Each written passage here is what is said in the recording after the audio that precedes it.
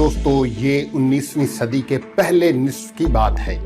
نوجوان برطانوی افسروں پر مشتمل ایک خفیہ مشن دریائے سندھ میں پانی کے بہاؤ، اس کی گہرائی اور اس میں جہاز رانی کے امکانات کے بارے میں معلومات اکٹھی کر رہا تھا، اور ان کی پوری کوشش تھی کہ سندھ کے امراء اور پنجاب میں رنجیت سنگھ کی حکومت کو اس کی کانوں کان خبر نہ ہو۔ لندن میں دریائے سندھ کو برطانوی مفاد میں ایک تجارتی آبی گزرگاہ میں تبدیل کرنے کا فیصلہ کیا جا چکا تھا۔ ایک اعلیٰ انگریز افسر کے الفاظ میں دریائے سندھ کو دریائے ٹیمز میں بدلا جانا تھا۔ دریائے سندھ پر مرکزی بندرگاہ بنانے کے لیے مٹھن کوٹ نامی علاقے کا انتخاب کیا گیا تھا۔ یہ وہ زمانہ تھا جب برطانیہ سونے کی چڑیا کہلائے جانے والے انڈیا میں اپنی موجودگی کو مستحکم کر چکا تھا، اور اب اسے خطرہ تھا کہ روس اس سے انڈیا چھین نہ لے۔ روس اور برطانیہ کے درمیان خطے میں بالادستی کی کشمکش پہلے سے جاری تھی۔ برطانیہ اور روس کے جاسوس اور مخبر پشاور، کابل، قندھار، بخارا اور ملتان جیسے بڑے شہروں کے علاوہ بڑے بڑے پہاڑی سلسلوں کی دور دراز وادیوں اور ویران صحراؤں میں اپنی جان خطرے میں ڈال کر اپنی حکومتوں کے لیے حمایت اور معلومات اکٹھی کر رہے تھے۔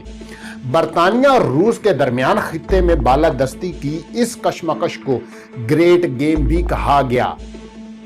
افغانستان میں عالمی طاقتوں کی رساکشی کی تاریخ کی اس کہانی کا سرا کئی جگہوں سے پکڑا جا سکتا ہے، لیکن ہم بات شروع کر رہے ہیں سن 1830 میں ہرات شہر کے بازار میں دو مختلف دنیاؤں کے لوگوں کی ایک اتفاقیہ ملاقات سے۔ ان میں سے ایک تھے برطانوی افسر لیفٹیننٹ آرتھر کونولی اور دوسرے تھے پشین سے تعلق رکھنے والے سید مہین شاہ۔ 10 اگست 1829 کو انگلستان سے روانہ ہو کر اور زمینی راستے سے سفر کرتے ہوئے ہرات پہنچنے والے یہ نوجوان برطانوی افسر آرتھر کونولی اس وقت مالی مشکلات کا شکار تھے اور انہیں نقد رقم کی ضرورت تھی۔ سید مہین شاہ اس وقت ہرات کے بازار میں اپنے معمول کے دورے پر تجارت کے لیے انڈیا جانے کی تیاری کر رہے تھے۔ آرتھر کونولی اپنے سفر نامے A Journey to the North of India through Russia, Persia and Afghanistan میں لکھتے ہیں کہ جب ان کی مشکل کا لوگوں کو پتہ چلا تو ان میں سے ایک نے کہا کہ وہ کچھ لوگوں کو جانتے ہیں جو شاید مدد کر سکیں، اور وہ شخص پشین کے کچھ سید برادری کے تاجروں کو لے کر ان کے گھر آ گیا۔ کونولی لکھتے ہیں کہ ان سیدوں کی بہت عزت اور اونچا مقام تھا۔ ان کے خصوصی رتبے کی وجہ سے خطرناک ترین علاقوں میں بھی کوئی ان کو اور ان کے مال تجارت کو نقصان نہیں پہنچاتا تھا، اور اسی لیے عام لوگوں کی بنسبت ان کے لیے تجارت کرنا آسان تھا۔ ان میں سے ایک سید مہین شاہ تھے جنہوں نے نوجوان برطانوی افسر کی مدد کا وعدہ کر لیا تھا، اور ان کو اور ان کے ساتھی کرامت علی کو، جو روس میں سینٹ پیٹرزبرگ سے ان کے ساتھ تھے اور انڈیا کے رہنے والے تھے، باحفاظت دلی پہنچانے کی ذمہ داری بھی قبول کر لی۔ تاہم انہوں نے کہا کہ نقد رقم تو ان کے پاس نہیں ہے، کیونکہ وہ انڈیا میں فروخت کرنے کے لیے اپنے پاس موجود رقم سے 30 گھوڑے خرید چکے ہیں۔ کونولی بتاتے ہیں کہ سید مہین شاہ کی ضمانت پر کئی دوسرے لوگ بھی ان کی مدد کرنے پر تیار ہوئے، لیکن صرف مال کی حد تک۔ ان میں سے کوئی بھی نقد رقم نہیں دینا چاہتا تھا۔ آرتھر کونولی اپنی کتاب میں لکھتے ہیں کہ میں نے کچھ دن کی ناکام کوشش کے بعد 4500 بنگالی روپے کا بل بنا دیا، جس کے بدلے میں اس مالیت کی کشمیری شعلیں مل گئی جو ہم نے بازار میں بیچ کر اپنا قرض اتارا، اور ہم نے سید مہین شاہ کے ساتھ سفر شروع کر دیا۔ 19 اکتوبر کو سفر کا آغاز کیا، اور ہمارے قافلے میں درجن بھر تاجر بھی تھے، جن میں زیادہ تر پشین ہی تھے۔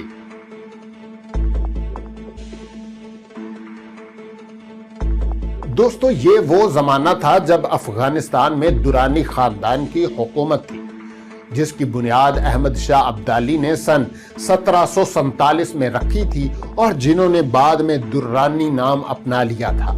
ان کی سلطنت کا دارال حکومت کندہار تھا جو ان کے بیٹے تیمور شاہ کے دور میں کابل منتقل ہو گیا تھا۔ مورخ پیٹرلی نے 2019 میں شائع ہونے والی اپنی کتاب history from 1960 to the present day میں لکھا ہے کہ احمد شاہ ابدالی کے ہاتھوں کندہار میں قائم ہونے والی بادشاہت مختلف صورتوں میں 1978 تک قائم رہی۔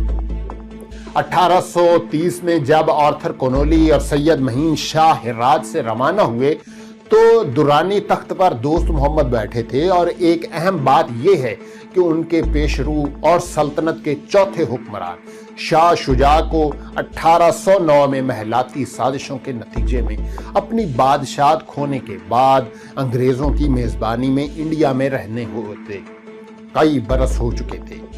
جس انڈیا میں دورانی خاندان کے بانی احمد شاہ ابدالی حملہ آور کے طور پر گئے تھے، اور جس انڈیا کی طرف سید مہین شاہ اور آرتھر کونولی سفر کر رہے تھے، وہاں اب احمد شاہ ابدالی کے ایک وارث پناہ لیے ہوئے تھے، اور یہ ایک مختلف انڈیا تھا۔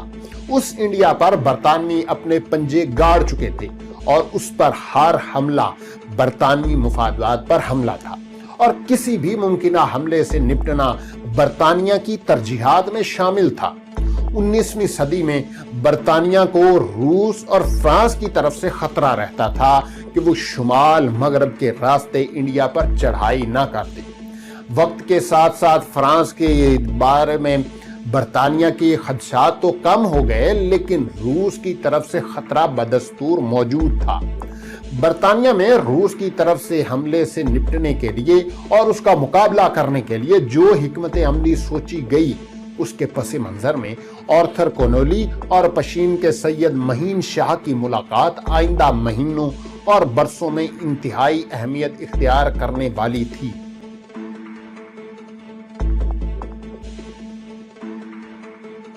ایک مورخ شاہ محمود حنیفی اپنی کتاب history's in Afghanistan market relation and state formation on a colonial frontier میں لکھتے ہیں کہ کونولی کے پوچھنے پر کہ اتنے کمزور گھوڑوں سے منافع کیسے کمایا جا سکتا ہے، انہیں بتایا گیا کہ ممبئی میں بصرہ کے تاجر آتے ہیں جو ان کے 400 یا 500 روپے کے گھوڑے انگریزوں کو عربی گھوڑے کہہ کر 1200 یا 1500 میں بیچ دیتے ہیں۔ حنیفی لکھتے ہیں کہ گھوڑوں کی خرید و فروخت ان تاجروں کے کاروبار کا سب سے منافع بخش پہلو نہیں تھا۔ پشین کے تاجروں نے بتایا کہ ان کا زیادہ تر منافع اس تجارت کے دوسرے راؤنڈ میں ہوتا ہے جب وہ انڈیا اور انگلینڈ کی مصنوعات افغانستان، ایران اور وسطی ایشیا میں فروخت کرتے ہیں۔ حنیفی کے مطابق کونولی دعویٰ کرتے ہیں کہ انہوں نے مہین شاہ کے کھاتے دیکھے، اور ان کے مطابق 1828 میں مہین شاہ نے ممبئی میں 7000 روپے کی سرمایہ کاری کی، اور وہ مال کشتی کے راستے سندھ لایا گیا اور پھر وہاں سے زمینی راستے سے کابل اور بخارا کی منڈیوں تک پہنچایا گیا۔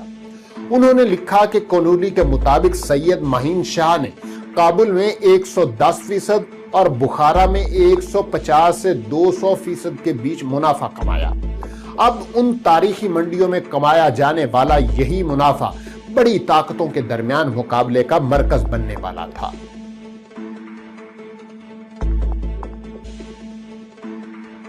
دوستو، جن دنوں افغان خانہ بدوش تاجروں اور انگریز افسر کا قافلہ ہرات سے دلی کے لیے روانہ ہوا، مورخ جوناتھن لی کے مطابق اس وقت تک برطانیہ کے دریائے سندھ کی ریاستوں کے بارے میں پالیسی عدم مداخلت اور لا تعلق پر مبنی تھی، کیونکہ 1809 کے انگریز سکھ معاہدے کو شمال سے ممکنہ حملے سے نپٹنے کے لیے کافی سمجھا گیا، اور اسی برس انگریزوں نے فرانس اور روس کے متوقع حملوں کے پیش نظر اس وقت کے دورانی بادشاہ شاہ شجاع سے بھی معاہدہ کیا تھا، جن کا بعد میں ان کے بھائی شاہ محمود نے تختہ الٹ دیا تھا۔